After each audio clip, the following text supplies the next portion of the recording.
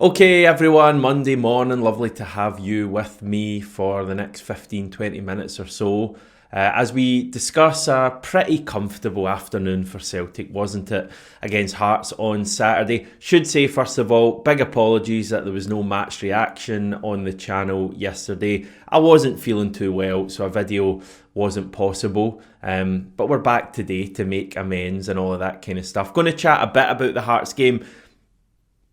Guess there's only so much you could maybe say about the match, and especially almost a couple of days on. I think it is also worth looking at some of the things Brendan Rodgers had to say after the match, because there's a few interesting talking points there though. Sadly though, we must begin with Stevie's match report from outside Celtic Park. Stevie, whatever you do, don't mention the weather.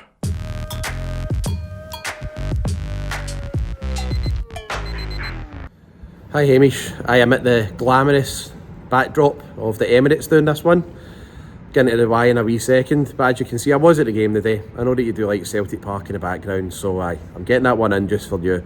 I've got the hood up here and I'm mad at the Emirates because yet again, end of March weather, but we can't seem to escape this never ending winter.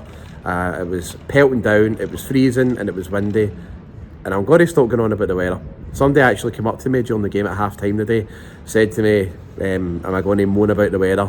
I'm not going to, but I'm going to mention it. Come on. All I know is no next week though. Apparently the weather's to be great and we are going to get a bit of sun. I pray God that's true. Right, so Celtic 3, Hearts 0. Very routine win after a quite frustrating first 10 minutes, I would say. It was almost like an extension of last weekend. Like the centre halves and the goalkeeper just winding everybody up with very slow and obnoxious passing.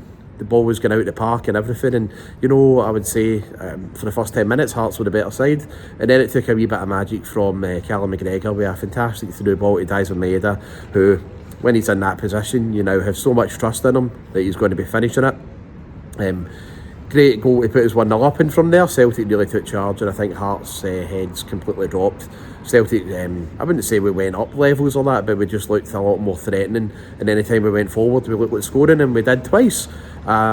Nicholas Kuhn back on form, because I think he endured a pretty torrid sort of first 10-15 minutes where he just couldn't beat a man, and then he eventually found a wee bit of space, clipped a great ball through for Dyson. Unlucky with his header, and Jota scored the rebound. That's all three of our front three players combining for that one, and then the third goal that well and truly killed it. Great through ball, Nicholas Kuhn with pace to take him away for his man, put it on a plate for Dyson Maeda. 3-0 up at half time, and Celtic from there on were never going to be losing the game, and you know, arguably I think Celtic at 1-0 up, the game was pretty much done too. But just wee shout out to the goalie, who, I mean, after that initial spell was completely untroubled. That's another clean sheet for him. That's what we were looking for, and that'll do his confidence a world of good. Jeffrey Schlupp, there we go again. Me, I can't say his name, I'm so bad with it. I'm just going to say Schlupp. After that, again, pretty poor performance last weekend. No, 2 weekends ago, sorry. Put it right today. Thought he looked solid, although he was relatively untroubled too. Same with the rest of the defence, to be honest. The midfield got to grips with the game eventually. Dominated completely, and Dyson Maeda was just like a real live wire throughout. Second half really fizzled out, but you know, there was no chance Hearts were getting back in the game at all. I didn't even really see them scoring. Completely untroubled us, and for Celtic it was just a case of actually getting the game management sorted, unlike a couple of weekends ago, and it was. Paulo Bernardo coming back was good to see. James Forrest too. They'll be players we can rely on in the run-in, and really it's just a case of the next game up against St Johnstone. Hopefully we do the business there, and I'd be very, very surprised if we didn't. So yeah, really good reaction after a really, really disappointing day a couple of weeks ago, Hamish, against Rangers, and yeah, hopefully the players can put that all behind them and we don't see a repeat performance like that ever again, and it's onwards and upwards for the rest of the season ahead. I'll talk to you later on. I don't know when you'll next want me on the channel. I promise I won't mention the weather again. I'm going to get up the road though, got a busy night ahead. See you after. Thanks, Stevie. Yeah, a pretty good summation is a word for you of the game. Yeah, it was like just really comfortable, I thought. First thing I guess you talk about is the result, and a 3-0 win at home to Hearts, and a pretty in-form Hearts side. Had they won 8 out of their last 10 games, is a pretty good result. First game back after the break, it's never particularly easy. You always feel Celtic are maybe a little bit more vulnerable than the rest of the time when we've just come back from the international break, given that we have so many players travelling around the world. So 3-0 win, great job. Performance-wise, pretty good, I would say. We can play a lot better, but did enough, and to be honest, did more than enough. We played some really good stuff at times as well. I do agree with Stevie and probably you as well, and anyone who would have seen the game. It was a pretty slow start, and I was watching it, just getting a little bit concerned that maybe some of the things we'd seen in the derby were repeating themselves, and I guess like that's the obvious thing to do when you're talking about this game, is to compare it to the previous game, just given both were at Celtic Park, and we obviously wanted to see a big improvement from the derby, and I think we did, but it was a bit of a slow start. Hearts had a couple of chances. I think there was one save Sinizalo made that I thought was fairly routine. But we just grew into the game after that, and I mean, we're 3-0 up at half-time, so the game was over at that stage, and I thought the 3 goals we scored were relatively similar as well, and that Hearts obviously came after us and tried to press us, but our ability to beat the press, I think, was a lot better, and I thought it was typified by the first goal. Callum McGregor, I know there's a big debate about the derby and whether he would have made a big difference if he'd have played, and some people say yes, and I'm one of them. Other people say no. Look at Ibrox at the start of the year when he played and we get thrashed 3-0. But I do think you saw examples at the weekend of McGregor just bringing real balance, control, confidence to that midfield, and he's the one who's involved in the first goal, breaking the lines. I think it's Schlupp who passes it to him, but the first touch is really good, and suddenly McGregor's through. And it's the kind of image you just want to see as a Celtic fan. Cal McGregor driving into the opposition half. Every Hearts player turned round running towards their own goal. And Daizen Maeda also running towards the Hearts goal. And it's not a particularly difficult pass for Callum McGregor at all. And Daizen Maeda's in. And yeah, it all just looked really easy. But it's just an example of when Celtic are able to beat the press, how much the other half of the pitch opens up for us. I mean, you have guys like Maeda and Kuhn and Jota running in behind, and guys like McGregor and Engels and Hatate who can find them, then you're going to score a hell of a lot of goals. Even if you're not playing particularly well, you're going to create chances and score goals. But yeah, the biggest compliment I guess you can give Maeda, and I think, I need to double check this, but I think every compliment you could possibly pay to Daizen Maeda has been used up over the past 2 or 3 months. Maybe there's 1 or 2 out there still, but for me, what I would say is that a year ago, Daizen Maeda running through and goal like he was for the first one on Saturday, you do have doubts in your mind. In fact, more than doubts. You're probably thinking, right, Daizen, he might end up scoring this, but what he's certainly not going to do is confidently dispatch it past the goalkeeper. He might try and go round the goalkeeper and end up slide tackling the ball into the net, or he might take an initial shot, the goalkeeper will save it, and then it will bounce off his neck and go into the net. But not these days. Daizen is just lethal when he gets through, and just, yeah, a confident finish past Craig Gordon, and you didn't have any doubt about it at all. Second goal, I guess slightly different in that it's more of a kind of controlled possession for us, and Hearts are a bit more camped in, and it's kind of final third stuff. But again, the similarity is that it's Daizen looking to run in behind. Kuhn finds him with one of those passes that I feel like we were seeing a lot from Nicholas Kuhn near the start of the season. And I don't know about you, but I just love it when he drifts inside. You just feel like something's going to happen when Kuhn drifts inside. I think the games when Kuhn's limited to being out on the wing is when he doesn't look as effective. I mean, I obviously I like him running down the line as well, and we saw that for the third goal when he's really direct, but I love him drifting in and looking for wee passes because he's got real quality. So he plays it over, Daizen's header hits the post, and then Jota's falling in at the back post.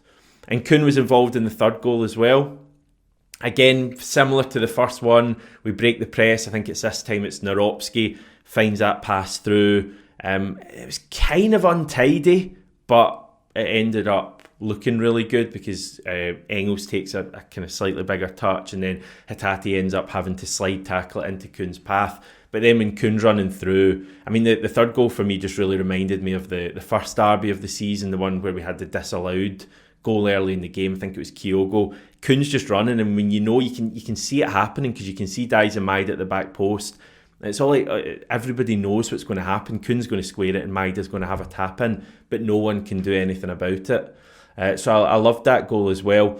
Pleased for Nicholas Kuhn, because he has gone off the boil a bit recently. There's no doubt he's not playing as well as he was at the start of the season. And he had a moment at the start of the game. It was in the first few minutes where the ball came to him, and he kind of took a heavy touch, and he didn't quite realise a Hearts player was on him, and he gave the ball away. And then he lost a 50-50 as well just after that. And Hearts had a pretty decent chance inside the first few minutes. And you could kind of hear the groans, certainly on Celtic TV. You could hear the groans from Celtic Park towards Nicholas Kuhn. But he really turned that around, I thought, as the game went on. And you can't argue with 2 assists. Well, he wouldn't get the first assist, would he? But he really should. Really involved in that. And I thought he had a good game generally. It was pretty good all in. You just get a glimpse of that front three, Kuhn, Jota, Maida, and you just hope we can keep those 3 together next season, because there's more to come from Jota. Kuhn can play better than he is at the moment, and if Maida can play to 50% of what he's given us at the moment, he's still going to be spectacular next season. So those front 3, when they all click together, it's going to be spectacular. And again, there was signs of that on Saturday. So yeah, who else would I pick out? I thought Callum McGregor was really good, made a difference, as I've already said. I enjoyed Real Hatate's performance. I wasn't totally focused on Hatate throughout the game, but whenever I kind of was looking at what he was doing, he was making nice passes, moving the ball well. I thought Jeff Schlupp had a good game as well. We'll come on to him a wee bit with some of Brendan's post-match comments. And yet, Dyson is just electric at the moment. He's up to 30 goals for the season now. Some people starting to get excited about whether he could manage 40. We've got 7 league games, 1 in the Scottish Cup, potentially 2 in the Scottish Cup. We certainly hope to. So you could be looking at 9 more games for him to get 10 more goals and get to 40. And he might, the way things are going, just about get there. Because I was looking at his stats for 2025 so far, and he's made 17 appearances for Celtic this calendar year, and he's got 17 goals.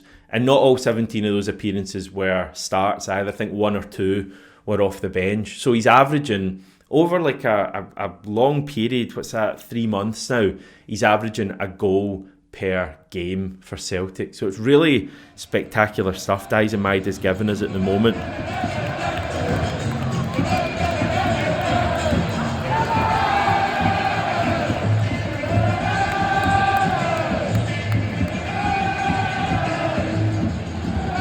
Yeah, overall, I think it was a pretty good performance. As I said at the start, I think we can play better.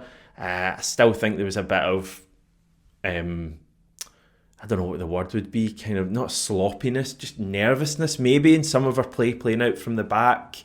Maybe part of that is Sinizalo, who to me doesn't look quite as comfortable with the ball at his feet as Schmeichel. But then again, most people wouldn't be. I think Schmeichel is excellent with the ball at his feet. And Sinizalo, you can't really argue his performance in terms of a clean sheet. He was spoken up by Brendan Rodgers after the game. But yeah, I think our passing can be smoother at times, certainly out from the back. But all in all, first game back after the international break against an in-form Hearts team, I thought it was a pretty good effort. Final note, great to see Paulo Bernardo and James Forrest back on the pitch as well on Saturday. I think they're 2 players who are going to really improve our options off the bench going forward.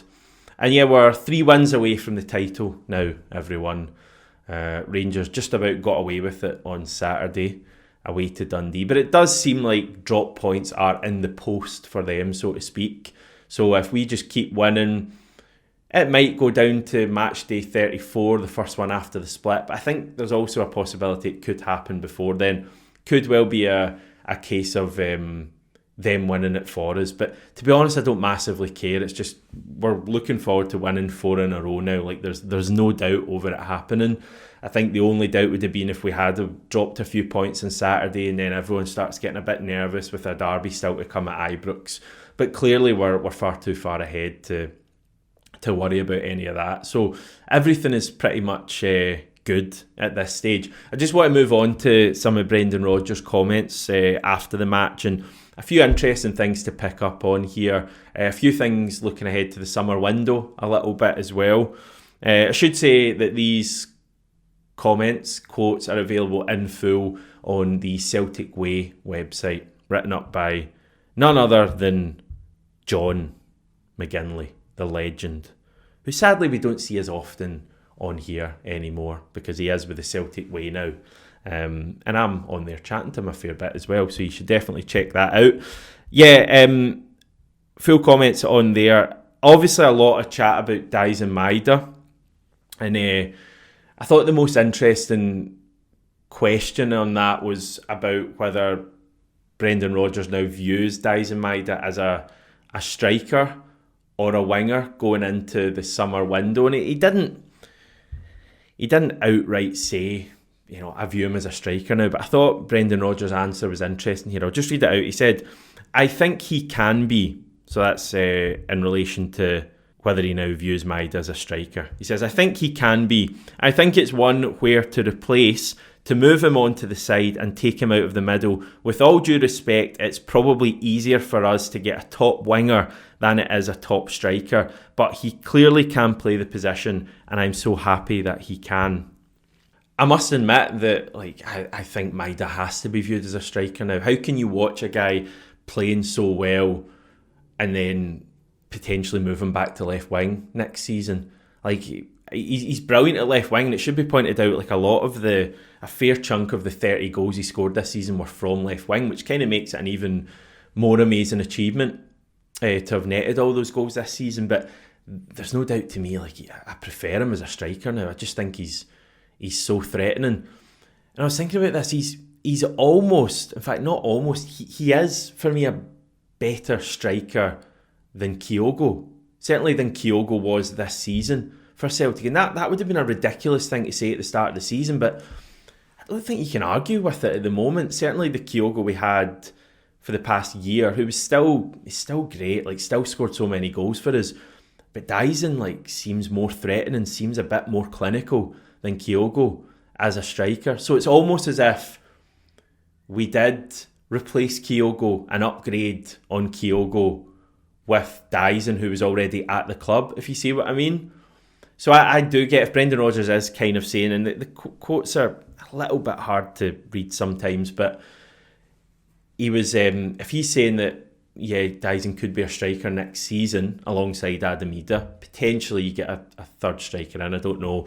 And rather than looking to sign another first choice striker, you then look to sign maybe a first choice left winger, then I would be totally for that. Brendan talked up Jeff Schlupp, who, as I say, had another good game, said that the club will look at potentially keeping Jeff Schlupp, but they won't do that until a bit nearer the end of the season. I think he said if you do it too early, it can make players soft, which I kind of get what he means. I guess Schlupp at the moment maybe feels like he's playing for a potential contract. So that's one to keep an eye on. Just linked to that, Greg Taylor situation. Brendan Rodgers asked what the situation is there, and he said it's probably more that he'll move on than stay, which is a big shame for me because he's someone that I really, really like. It's not financial, it's not anything, but I respect his position because he'll want to feel that he's playing every single week. Whoever is in next year with Kieran will still play a lot of games. My feeling is that he may well move on, but I know between the end of the season he'll give his all. So I think we can take it from that Greg Taylor is going to be leaving the club. I think we'll see him once more, possibly twice more this season. Maybe for the midweek match, the final midweek game we have this season. I certainly think Greg Taylor will get a run out on Trophy Day. I think that would make a lot of sense and hopefully get a really good reception and thanks for his for what he's brought the club over the past 5 or 6 years, however long it's been. But it seems next season like he won't be there. We'll have Kieran Tierney and possibly Jeff Schlupp as well.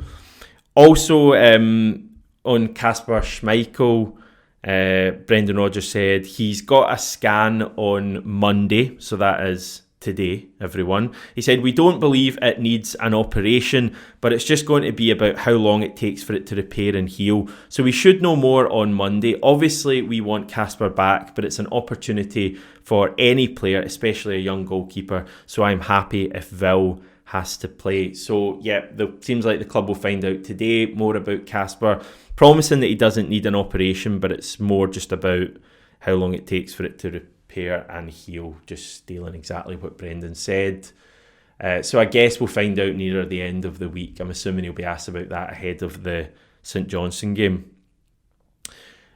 I don't know, obviously you always want Casper back, but I feel relatively okay if Casper misses another few weeks, a bit longer, and we get Sinizalo and get to find out a bit more about him. I thought it was a pretty good performance on Saturday. Didn't have too much to do, but to be honest, I don't know if any of you feel the same way. Obviously, there's been a fair bit of frustration after the derby, but I'm kind of struggling at the moment, right at this moment, to find too much that I'm getting particularly worried about with Celtic. It just feels like we're kind of in a relatively straightforward place, and the league is pretty much in the bag. A few more wins should do it.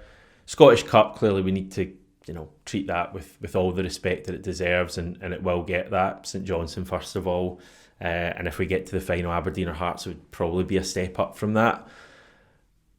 But if Schmeichel if it was to come out that Schmeichel was going to miss the rest of the season, which I don't think is the suggestion, but say it did come out, I don't even think that would make me particularly uptight or nervous or whatever. I just feel like Sinizalo would do fine, and same goes for most of our other players. Obviously, if you were to lose someone like Dyson, that would be a blow. But yeah, I just feel Celtic are in a good place at the moment. It's not a spectacular place. The team aren't playing amazing football at the moment. But you would sign up for this all day long. A couple of 3 wins potentially away from the title, Scottish Cup to go for. And I think after Saturday, you are going to see the team improving game on game. So, yeah, things are good. Celtic are good. And even if Celtic weren't good, we still have Dyes and Maida. Okay, enjoy your Monday, everyone. I'll chat to you tomorrow.